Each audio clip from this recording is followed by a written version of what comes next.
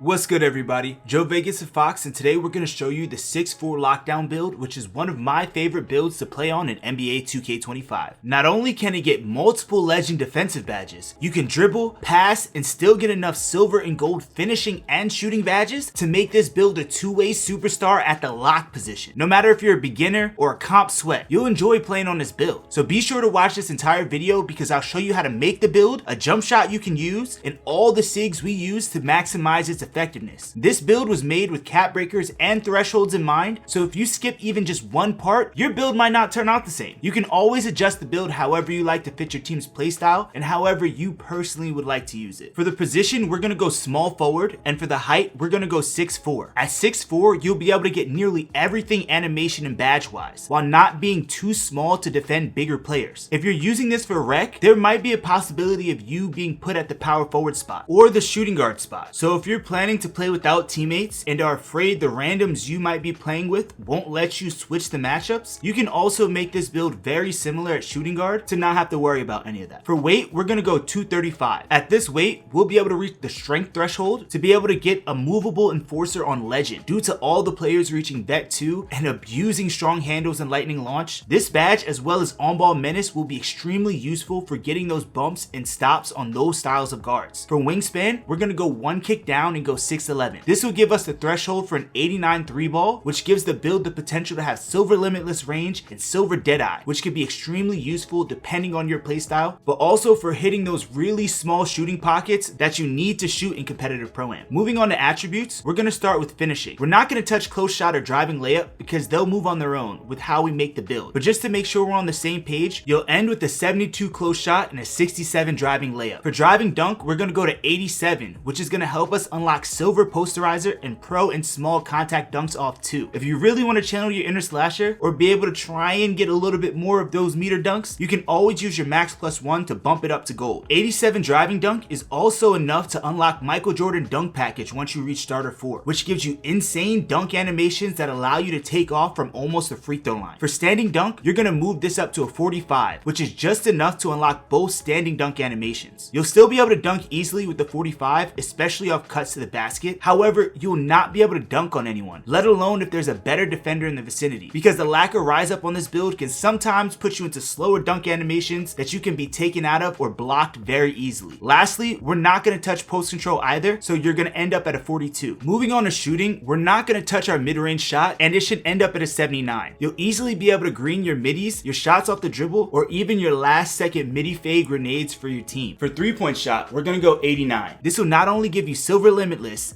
deadeye, and shifty shooter, but you'll also get gold set shot specialist. That makes hitting your shots anywhere on the floor so much easier. And let me tell you, you can do a lot with silver deadeye and silver shifty shooter. You could always max +1 one of these shooting badges if you need the help or if it better suits your playstyle. We understand that shifty shooter allows for a pure green window, so if you want to go that route, you're more than welcome. Personally, I like to use mine on something else, but I tend to switch it up depending on what role I need to play for that game. The 89 3-point rating will also unlock the best tier jump shot bases and releases, as well as allow you to unlock the Patty Mills base as starter 4. For free throw, we're going to go 71. Personally, we recommend to have at least a 70 or higher so you can green consistently, but your lock isn't shooting that many free throws and won't be the one taking them with the game on the line, so we can get away with the 71. And look, I'm telling you, you can still hit a lot of your free throws with that 71, so you'll be more than good. Moving on to passing, we're going to go with the 78 for pass accuracy. I know some people think you can get away with even less, but personally, I wouldn't. A 78 gives you just enough to unlock bronze versatile visionary and silver dimer, which can make this build another option on the floor to be able to create open looks for your team. For ball handle, we're going to go with an 81, which just hits the threshold to give us silver dribbling badges such as handles for days, unpluckable, and more, as well as allows us to equip the Zach LaVine step back and the Devin Booker aggressive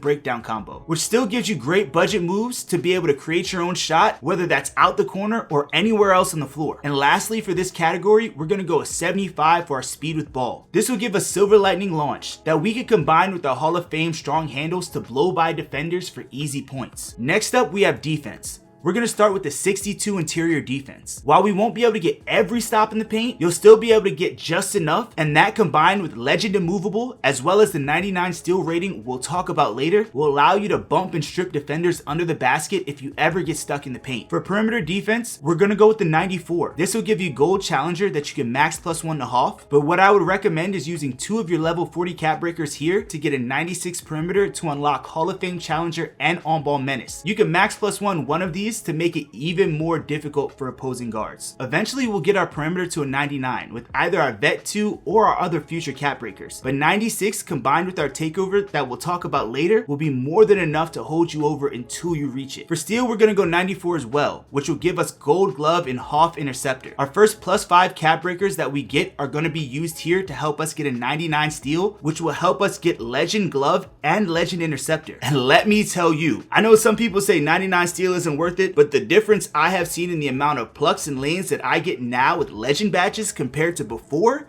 is night and day. Do yourself a favor and make sure 99 steal is a priority for this build. And lastly, for block, we're going to go with the 68, which gives us bronze high flying denier. Now you could also max +1 to silver if you like. This badge combined with the speed and agility on this build allow me to even get back and contest shots on a fast break. For offensive rebound, we're going to go 62. Offensive rebound is cheaper than defensive rebound, so this lets us get bronze rebound chaser and box out beast to still be able to help down low to secure the boards. For defensive rebound, we're going to go 54. This one doesn't really matter much because with this build speed, we're most likely going to be out running the break instead of crashing trying to get the rebound on defense. For physicals, we're going to go with the 90 speed, which speaks for itself. You are flying down the court with this rating and probably will have to get used to not using turbo as much because you might overshoot where you want to go. For agility, we went 85. You're still fast enough to keep up with ball handlers laterally, but you would use an additional cap breaker here to get 86 and unlock Hall of Fame pick dodger. If we redid it, we'd try and rework the build a little bit to be able to reach 86 agility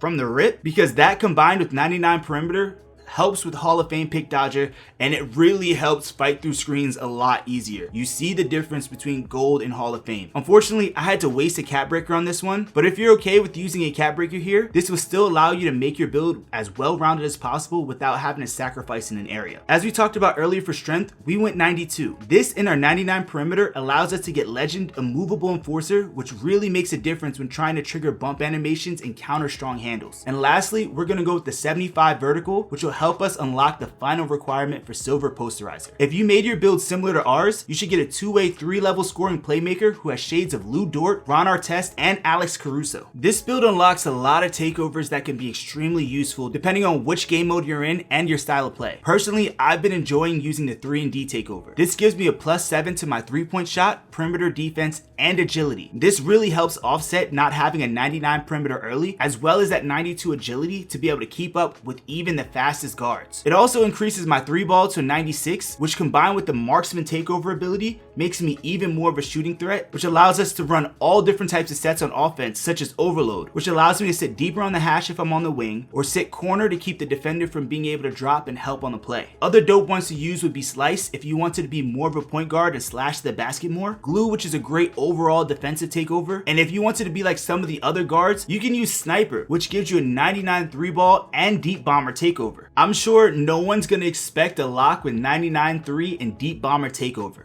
This 6'4 build has been one of my favorite builds to play on in all of the 2Ks that I've played. Not only can I use it for 5v5, but I can also use it in 3v3 as a lock or an additional ball handler, which makes spending the VC to make this even more worth it in my opinion. Having a build like this on the floor offensively allows us to run unique sets and lineups due to its ability to shoot from the hash. And with this ability to dribble, pass, and score on all 3 levels, it can be even used as a hash lock in emergency situations. Look, if I'm able to cook defenders with my no thumbs having ass, I'm sure you or anyone else with thumbs will go crazy on this build. Defensively is where this build shines. You can play on ball or off ball, guard the middle, the wing against 5 out, and still play a little back end depending on your team setup, but you'll have to rotate out or you will get cooked in the paint by players with high finishing ratings. As for a jumper, those who are under starter 4, I recommend Cam Thomas base, with the upper 1 being Colin Sexton, the upper 2 being Seth Curry with the 65-35 blend. My release is full speed and the shot queue is full release. If you are starting starter 4 or above, I recommend Patty Mills base and Oscar Robertson for both the upper and lower releases at full speed and full release. It took me only a day to get used to this jumper,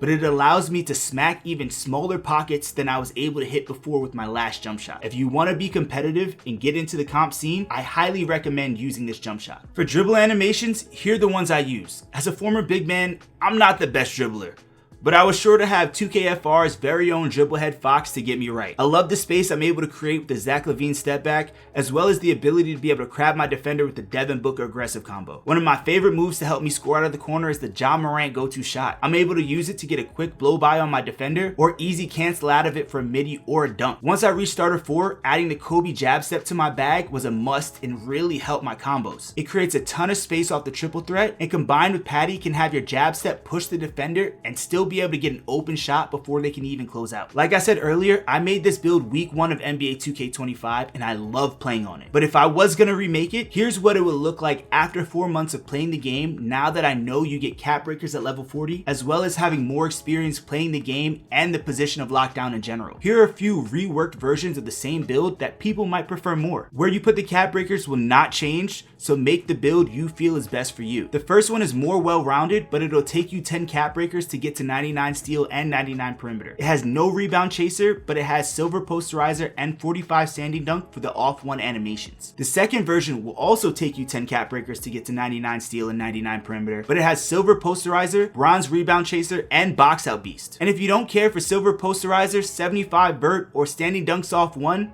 this one will allow you to max out your 99 steal and perimeter by season 5 if you already don't have 10 cap breakers, while also giving you a 70 O board so you can get box out beast on silver. This build can be a real asset for a team and can be a true Swiss Army knife for whatever situation might be needed. While I really love having the ball handle and dunk ability, and I'll use it when I need to be a secondary scoring guard, for my next build, I'm going to sacrifice some of that to make even more of a defensive menace and more of a pure comp lock build, which I'll tag here when it drops. If you want to learn how to get more on-ball steals with this build or any other build, click the link on the screen here.